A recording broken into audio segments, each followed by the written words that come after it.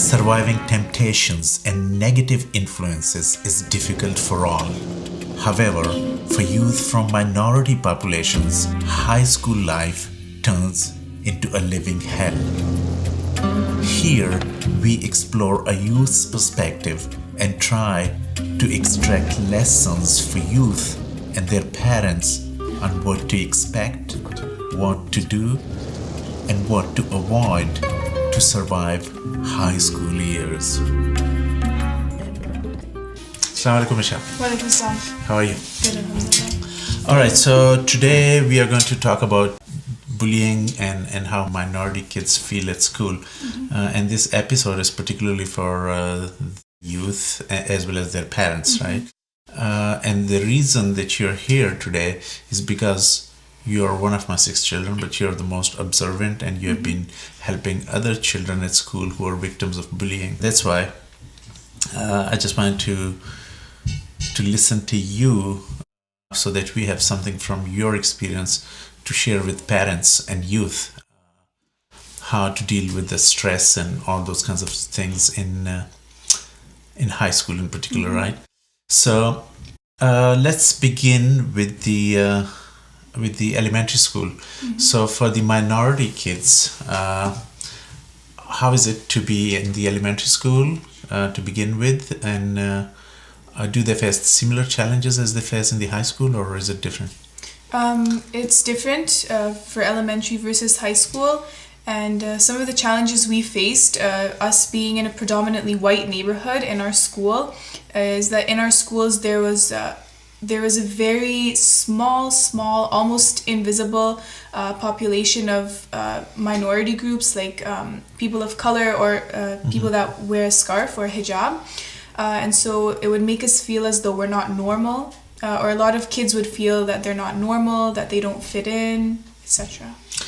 So what kind of effects does it leave on children's mind, and how do they carry that baggage with them into when they go into the high school? So for kids, they would want to fit in, and they want to fit in because of the low self-esteem. They're not strong on who they are. What is it that you think that parents can do to help address the situation? I think a big role for parents is to educate their children, because the schools are not going to educate the children on their background. So it's for parents to educate the children on their background, where they're from, what they believe, what are their faiths and values, and instill a very strong who into them, so that they know who they are and what they believe. But most importantly, why do they do certain things in a certain way, right? So the more they inculcate that strong faith in the kids, that whatever they're asked to do, like for instance wearing the hijab or whatever, right, that's not because of the parents or not because of the culture or not because of the traditions, but because of their faith, right? So if they have that strong foundation from the elementary school, they won't face those kinds of challenges. All right, so let's move on to the high school, right? So what happens when they go to the high school? So in high school, it's drastically different than elementary school, because in high school you have 4 different classes. You have to go to each class, different people in each classroom, different teachers in each classroom, 4 different teachers a day. There's not that direct and not the same amount of attention from the teacher or supervision in high school. And also there's grouping. So there's the cool kids, there's the popular kids, then there's the unpopular kids, there's there's that need to fit into one of the groups. So what happens because of all these things? So they have different classes. So what? I would say so what, right? They have, instead of one class being in one class and one teacher, there are several classes. So the thing is, you're exposed to more different types of people, and there's a more chance there's different people in each class, meaning that there could be there could be the school bullies. You could get bullied for, and I've seen a lot of the time people getting bullied for their hijab or their color. So they're coming from the elementary school, they have low self-esteem, and they end up with several groups. Out of those groups, there could be bullies, and they start bullying them, and then what happens? And then again, this leads to a low self-esteem and them wanting to fit in or be cool or be accepted. So since they have low self-esteem, they try to fit in, right? To be with or like one of those groups, right? And so they're not accepted in those groups, or what? So they don't let them join those groups? So getting into the popular group in high school, it's not as easy as it seems. But there's also the cool kids, there's the gangster kids who are also popular. Getting into those groups is very easy. They actually offer you drugs at school. All right, so on the one hand, they're getting bullied. So they need some protection. They need to be part of a certain group, right? And then probably the ones who are doing drugs and all those kinds of things, they're considered as the cool crowd. So instead of ending up with the real good guys or real good groups, right? So because of the bullying and stress, so you mean that they end up with start hanging with the bad crowd? And another factor for them leading into the cool kids crowd could also be it's usually a trigger that leads someone to that whole stress in their mind that, oh, I need to do something, I need to fit in, I need to be accepted by society. So it can also come from a teacher. Because there's I've seen a friend of mine, a teacher called her hijab a turban, and there's different names that they call for it. And also in class sometimes they do experiments with in science with your hair. So they say take a bit of your hair and look at your hair. And so for someone that's wearing a hijab, they can't take out their hair and look at their hair. So then they feel, oh no, like I'm not normal, I'm not like these people. And that leads them to want to take off their hijab or maybe just to fit in. It creates it's that trigger for the stress that I need to fit in, I need to be accepted. And so when they have that thing that I need to be accepted, that leads them to wanting to be cool. So again, that leads to the direction of the gangster group. All right, so all those factors, like the teachers not being sensitive to the different culture, other kids in other groups and not welcoming and accepting a kid from the minority culture, and then bullying. So all those factors lead that person with low self-esteem to join the cool crowd, right? Or the wannabe gangs or whatever. So then what happens? So of course, in the gangs, they're offered all these kinds of things like drugs, parties, which obviously is full of drugs and stuff like that. And they think, oh wow, look at this, I'm getting invited to parties, they're offering me drugs, they care about me. And so that's when they also start to detach from their family, because they feel like they found a safe place with these cool kids and these wannabe gangsters. So. And meanwhile the parents are in total darkness. They don't have a clue, right? That what's happening at school. So are there any signs that the parents could observe at that particular time, even if the kids are not telling them? So one could be obviously if the child is becoming more and more distant. If the child comes home and just directly goes to locks themselves in their room, or just always wants to be with friends. I mean, it's not always these things, but these are a few signs that can make it more obvious. So what is it that parents can do at a very early stage of this transition in a child's life? So at the early stages, as a student, and I've seen friends' parents, so I would suggest for parents not to just bluntly go up to them and be like, and start assuming things like, you've done this, are you doing this? You know you're gonna end up in jail or or dead on the streets. They shouldn't do that, but they should be kind of more assertive. They shouldn't obviously tell them, I know you're doing this and it's okay, but they should kind of slowly, indirectly advise them or teach them, or maybe directly. But my point is that they should keep an open line of communication. They should be friendly, but also have that authority figure over them, but be friendly as well. So the student feels comfortable sharing things. And all right, so everything is coming in stages, right? So a child starts going to high school. There the environment is different, then feels pressured, then feels bullied, and then joins the cool crowd, then started doing drugs and partying and all those kinds of things. At what point in time, or what factors lead to a child's leaving the family?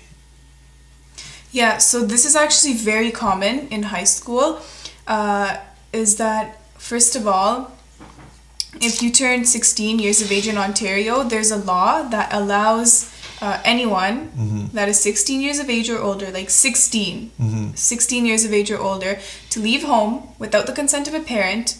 They could leave for 2 days, they could leave for 1 day. It's not like it's very rare for a kid to actually go, leave, have a job, have an apartment, and live on their own successfully. It's very rare. Majority of them leave for a few days. The parents call the police, my child's missing, and the police would tell them, like if the police has contact with the child can just say, oh, I'm 16 years of age, here's the law, you can't force me to go back home. Like they can't bring the child back home or bring the child to shelter because it's the law. That's fine. So there's something wrong at the system level, right? So I agree. But again, this is kind of a progression, right? So a child goes from elementary school to high school. In the high school, the environment is different, the culture is different, everything is different. So he starts feeling under pressure, starts feeling bullied, and then wants to fit in. Other groups won't let him join. The easiest group to join is the bad guys, and when he starts hanging out with the bad guys, he's offered drugs, so she's offered drugs, and then from there partying and all those invitations to partying. So at which stage or what actually leads that child to leave home? So for them, so what entices a child to leave home is mainly the idea that they think that their friends and their outside group is more caring. They feel as though they found a home, they found a safe place within them. And so they begin to feel like, oh, my family doesn't care about me, my family's nothing, and they start caring more about their friends who are they're surface nice. But then some of the attraction could be in the drugs as well, right? Or no? Yeah, they're offering them drugs. It's just like offering a child. It's candies. Like, it's like offering a child candies. So. And so what other factors could lead to a child leaving his or her home? Also, it's another thing that's appealing, again, comes from the system point of view, is first of all that you can leave home when you're 16 years of age. Nobody's stopping you. For people, I mean, everyone has rules and regulations at home. Kids just want to run from those. And another thing is if you leave home and you're under 18 and the CAS can give you a place to stay, the Children's Aid Society will give youth a place to stay. And where there's a few group homes, my friend was in one, where her curfew was she was allowed to stay out until 10 p.m. And they can't really ask questions, where exactly are you going? They don't ask questions, where exactly are you going? Who are you going with? They don't so it's kind of freedom over there, right? So so you said about the system, 16 years old, then you can leave your home legally and no one can ask you to come back, right? That's fine. But what about the under 15? So for the under 16, so for the under 16, probably it's just the word of mouth, right? One child would tell another one and another would tell another one that if you want some freedom, then leave home. Right? You can leave home, or you can make stories about your parents. You know, I had a friend of a friend who created a story about her family and created a scene, and they took her into a group home where there's obviously more freedom. So that's kind of now the child is on a tangent, right? So goes out of school, goes either to the shelter or the group home, or staying with the cool crowd. So what happens, for instance, their child doesn't end up going to the group home and starts living with those bad guys. So what's the kind of environment? What did you had a friend who ended up there, right? So did you hear from her what happens and what kind of life is that? So again, it's kind of like a friend of a friend had explained to me that she was there, and it's kind of just like a time pass life. You don't have goals, you don't have achievements, you're kind of numb to everything else. It's not, whereas when you're living with your family, you have more sense, you're sensualizing everything, if that's the right word to use. Like you can feel for others, you care about your parents, you care about your siblings, and you have a goal, you're chasing a goal, you're chasing a dream, you know, you have a purpose in life. There, from her I heard it's just numb. You're just chasing the next party, the next big event, or it could be the next drug. It's different for everyone. Hakuna so it's just Matata. kind of... Hakuna Matata. So, It's like Hakuna Matata. yeah, like no worries. Yeah, it means no worries. But again, you can't live with that no worries life forever, because you're going to end up, like, where are you going to end up? Most of these people, they don't go to school, they don't have goals. So they're not going anywhere. So what factors could, like, now a child is on a tangent, he ends up either in the group homes or in the drug dens. So what can the system or what can the parents do to bring their child back to normal? So I've seen a lot of, like, I know there's a lot of stuff from the community point of view when a child has fallen into the ditch. There's U-turn, there's Rito woodworkers, there's lots of services for children who have already fallen, but I don't think that services are very helpful at all. When it comes to that, because they're only helpful when the child realizes, yeah, you know what, I want to start getting better. If the child decides to make a U-turn, then these services are helpful. Yeah. But when they are there, right, then no service can help them. Yeah. So what is it that can help them make that U-turn? Of course, when they make a U-turn, then U-turn is there, and Read Over Addiction Center and all those kinds of things are there. But when they are in the ditch, right, what can pull them out? What is it? What mechanism? Did you hear from anyone that what triggers that return? Yeah. So I had a friend of a friend again, and with her, I mean, it's a different case with everyone. For some people, it's just it's a big shock. Again, it's another trauma that wakes them up. That makes them realize, what am I doing? For some people, it's just because they get to the point in life where they're just too late, and that's when they realize. But for this friend in particular, so I have two different friends. So one friend, she was a Muslim, but her parents were immigrants, and so her parents didn't teach her. She didn't have a strong knowledge of Islam in the first place. I knew her pretty well. She was a very good friend of mine, and she didn't have that knowledge of Islam. She didn't. I don't think she even knew what all of our prophets' names were, let alone what her purpose is, who is Allah really, and all of those things. So she didn't have that education on Islam, on her faith in the first place. And so her today, I still don't know where she is, but I know she's still down that road. I think she's even over 18 now, maybe living in a shelter home or something. Like, you can't live in group homes forever, so she's probably in a shelter, homeless or something. I'm sure of it. I'm sure of that. And I have another friend who, she was also a Muslim. She was a hijabi, but she was a hijab wearer. But the difference was her parents were very intelligent, so they taught her. She knew who's Allah. She believed in Allah. She had that strong faith in her. So when she was a child, her parents did a good job of instilling that faith in her. So no matter if she goes astray, no matter if she forgets it, or sometimes lost her conscious, I guess you could say, for a few years, she did end up coming back. And how did she end up coming back? Is that her parents kept an open line of communication with her. So they weren't abrasive, saying that, you know what, I'm gonna disown you. That's it. I don't care about you anymore. Which is also what schools do. Schools actually do this. School disown them? They don't disown them. They can't really disown them. But they say, you know what? You don't want to be in my class. You can leave.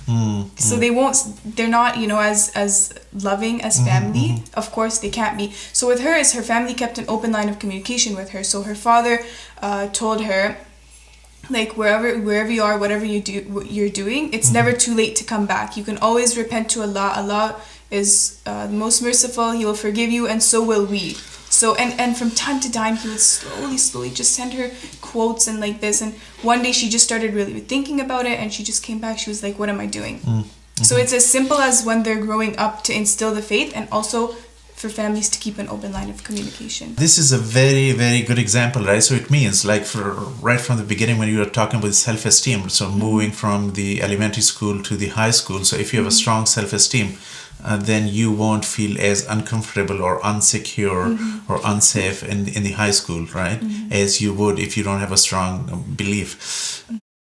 So if you have a strong belief and you understand the reasons behind your being differently dressed or behind your differently doing things, so that gives you some self-confidence. And then fast forward, if you, for instance, for some reasons end up in a bad situation, so what brings you out of that is again strong faith, right? So I'm going to do a full video on this one, but just to give you an idea, and particularly for those parents who are watching this and whose kids are going to the high school, and even if they are in the elementary school, the most important thing from Islamic perspective is first to have a very, very strong faith. So if you have strong roots here, that becomes a foundation, right? So up to 7 years at least, you inculcate the strong faith that you have a creator, and you're not wearing this hijab because of me or because of your mom or because of the culture and everything. This is just an example, but other things as well. This is because of your creator, right? And because of a way of life. So that's the foundation, and then on that foundation you make the next layer, and the next step is kind of teaching them Islam, the practice, right? How you practice salat and how you do zakat and Ramadan and fasting and everything, right? And then when that happens, most of the time what we ignore is the excellence, right? So it's Iman, Islam, and Ihsan, right? So they can taking your skills and your knowledge and your practice of the deen and everything to excellence, right?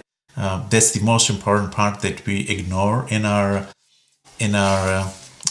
teachings and the way we raise our children. But this is the most important thing. And your story tells me, the stories that you told me about your friends, is that in most cases the strong foundation helped them come out of the darkness, right, to the light.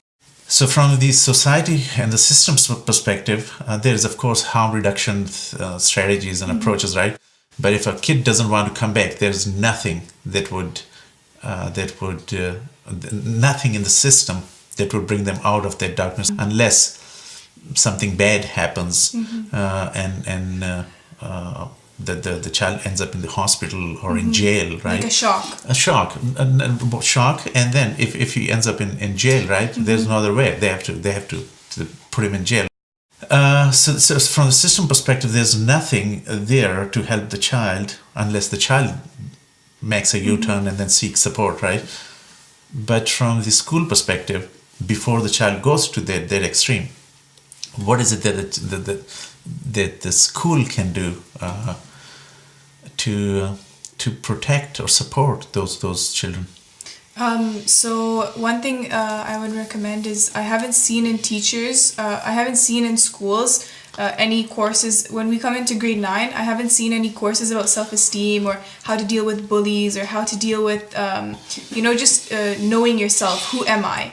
I feel like maybe if in grade 9, when you first enter high school, they did a short, even a 1-day, 2-day program about that, not only for the students but also for the teachers. So that about different cultures. So that they don't call a hijab a turban, right? Yeah, and so that they're aware. Yeah. All right. So that's cultural sensitization and cultural awareness and diversity awareness and understanding. That's critical both for the students and for the teachers. But that can't be just a one-time thing, right? It needs to be part of the whole system, so that it's kind of constantly reminded, so that there is more awareness, more understanding about the difference, that if somebody is different, it doesn't mean that that's wrong or evil, right? So, and then among the children, other youth at the high school, what did you notice that just stood out for you that would give the children from minority groups that feeling of exclusion? Was there anything that you noticed in those kids? So there's also another thing that's very important with the teachers being aware, is that they can feel as though the child is perhaps misbehaving in the month of Ramadan, where a child is fasting. Not even child, they're young adults. So young adult is fasting and they can't drink water or eat. So I remember a friend a friend's brother. He was in grade 9, and he was there was gym class, so the teacher was making them run like 5 laps or something, and he was fasting, so he can't drink water, and it was the morning time, and so he told the teacher, "I'm fasting, and it's a religious thing. I'm fasting, and I just want to sit out for just the running." And so the teacher told him. The teacher first of all forced him to do the laps, and then was forcing him to drink water because I don't think it was the fault of the teacher. It's because the teacher was unaware, and then the teacher called him a terrorist, which then was the teacher was just saying, "Oh, I was saying tear a strip," and so So and then I remember from that incident that the teacher was kind of adamant and saying that no, the child was wrong. He could drink water, right? Yeah. So the teacher had no clue about the Muslim practice of Ramadan and fasting. So my question was about the behavior of the majority children. How do they treat children from minority groups differently? So I remember in my elementary school, which was predominantly 99.9% white students, the teachers, which I'm pretty sure this is strongly frowned upon, is that the teachers always have favorite students. And even in high schools where there's more cultural diversity, I've never seen a teacher whose favorite student is someone from a minority group, particularly a hijabi student. It's usually the blonde girls, blue eyes. It's usually those students that are the teacher's pet or the teacher's favorite. And then that trickles down, right? So the way the teachers treat children, right? It trickles down to the children and other students as well. So then they treat minority and kids it may be some subconscious on the teacher's part, but it's the little things that are noticed by us students.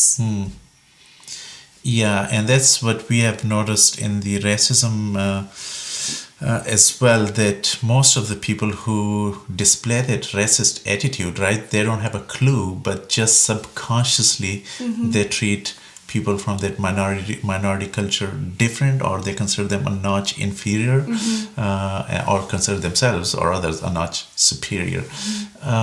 Any other thing that you remember that could be a lesson for other kids? Yeah, so in different types of neighborhoods in the city, especially like the Ridgemont neighborhood, the Cedarwood neighborhood, it could also be Ritchie neighborhood. So the younger elementary kids walking down the street, they see the high school kids. Of course, they look up to the high school kids. So they see how are the high school kids, and especially in those areas, it's the boys that are sagging their pants or smoking a cigarette, all that gang activity. And why do they lead to that? And I believe that that's just how they're raised. That's what they're exposed to at that age. So in those neighborhoods, it's more about what their exposure is. So for that, a solution could be, and I strongly suggest this, is for them to have community centers especially for Muslim youth, just because it could be like a place where Muslim friends get together, maybe do homework or have activities together, and so that their friends from a young age and their community, instead of their home, their outside world or their outside safe place could be good friends that are Muslim, and a community center. Again, it could be a center. Or an activity within the community center, right? It could be an activity. So then when they grow up, they'll always have that place to rely back to, instead of having to rely on gangs and friends like that. And why is it so? I just wanted to know your perspective, that most of the kids in the gangs and drugs world are those who are victims of homicide, or who are the aggressors and perpetrators of those crimes are Muslims. So again, I think it comes back to self-esteem, because it's one thing. Nobody joins those fake. Majority of people I've seen in high school pretending to be a gangster are just doing it for the show. And They're when not you real start, gangsters. And when you start just doing it for the show, you want to make it look more real and more real. And I'm telling you, this is 80% of them. And then ultimately you end up there. That's where you end up, because it goes one step at a time, and all of them are just doing it for the show. I personally don't think there's real gangs in cities like Ottawa. It's just a show. The wannabe gangs. Yeah. And then the siblings, the younger ones, look up to their senior ones, the older ones, right? And then they learn from them and they try to follow the same trend. But again, in most cases, then their parents are very good people, but their children end up dying because of the turf wars, right? So why is it so that the parents are so good and they're practicing their deen, but their children are going on a tangent and end up either killing or dying? I've seen those parents. I've seen how those parents are. Of course, I haven't seen all, but it's that those parents are so good. They're so knowledgeable, but they don't instill it into their children. They're more like aggressive. Like, do this, pray. Why are you not praying? They don't really take the time to sit down and teach them the meaning behind it. Okay. Yeah. All right. So that's one thing, and probably that's a big gap, right? Because did you see any program or activity for youth in the Muslim centers? The activities that you are suggesting that they should be offering in the community centers. I haven't seen any, and it's very important as well, because a lot of kids also, they just get bored. For people that have come out of the ditch, so for someone that comes out of the ditch, it's so easy to fall back in, because it takes that one person, seeing that one old person at the grocery store, that one person to ask you, hey, where have you been? What's up with you? It takes that one thing. So for those people especially, they need to do something with their time. They're not just going to sit at home all day and avoid these people. They need activities. They need activities with people they can relate to. They need activities where they can keep themselves busy, but also keep themselves healthy and in line with their goals. So it seems that there are two challenges. One, there are not good enough activities for the Muslim youth, right? Number two, that knowledge translation is not happening the way it should happen, right? So whether they're parents or whether they're religious leaders, one, they're not organizing the type of activities which the youth can be receptive to, or number two, they don't develop that type of a specific content or activities where the youth would learn the basics and have a very strong faith and kind of absorb that understanding and knowledge of the deen, right? And that's a huge challenge. So I think I'll leave it at this, unless you have some other lesson that you'd like to share with the parents or with the children who are in high school these days.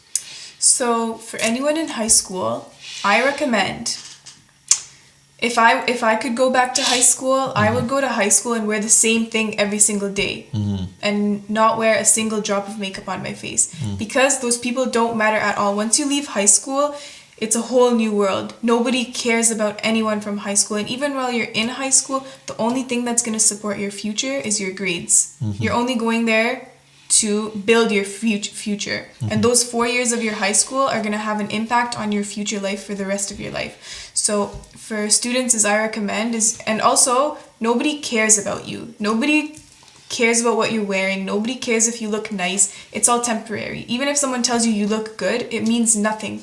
They're going to forget about it the next day. And you're not going to get any reward from someone telling you look good.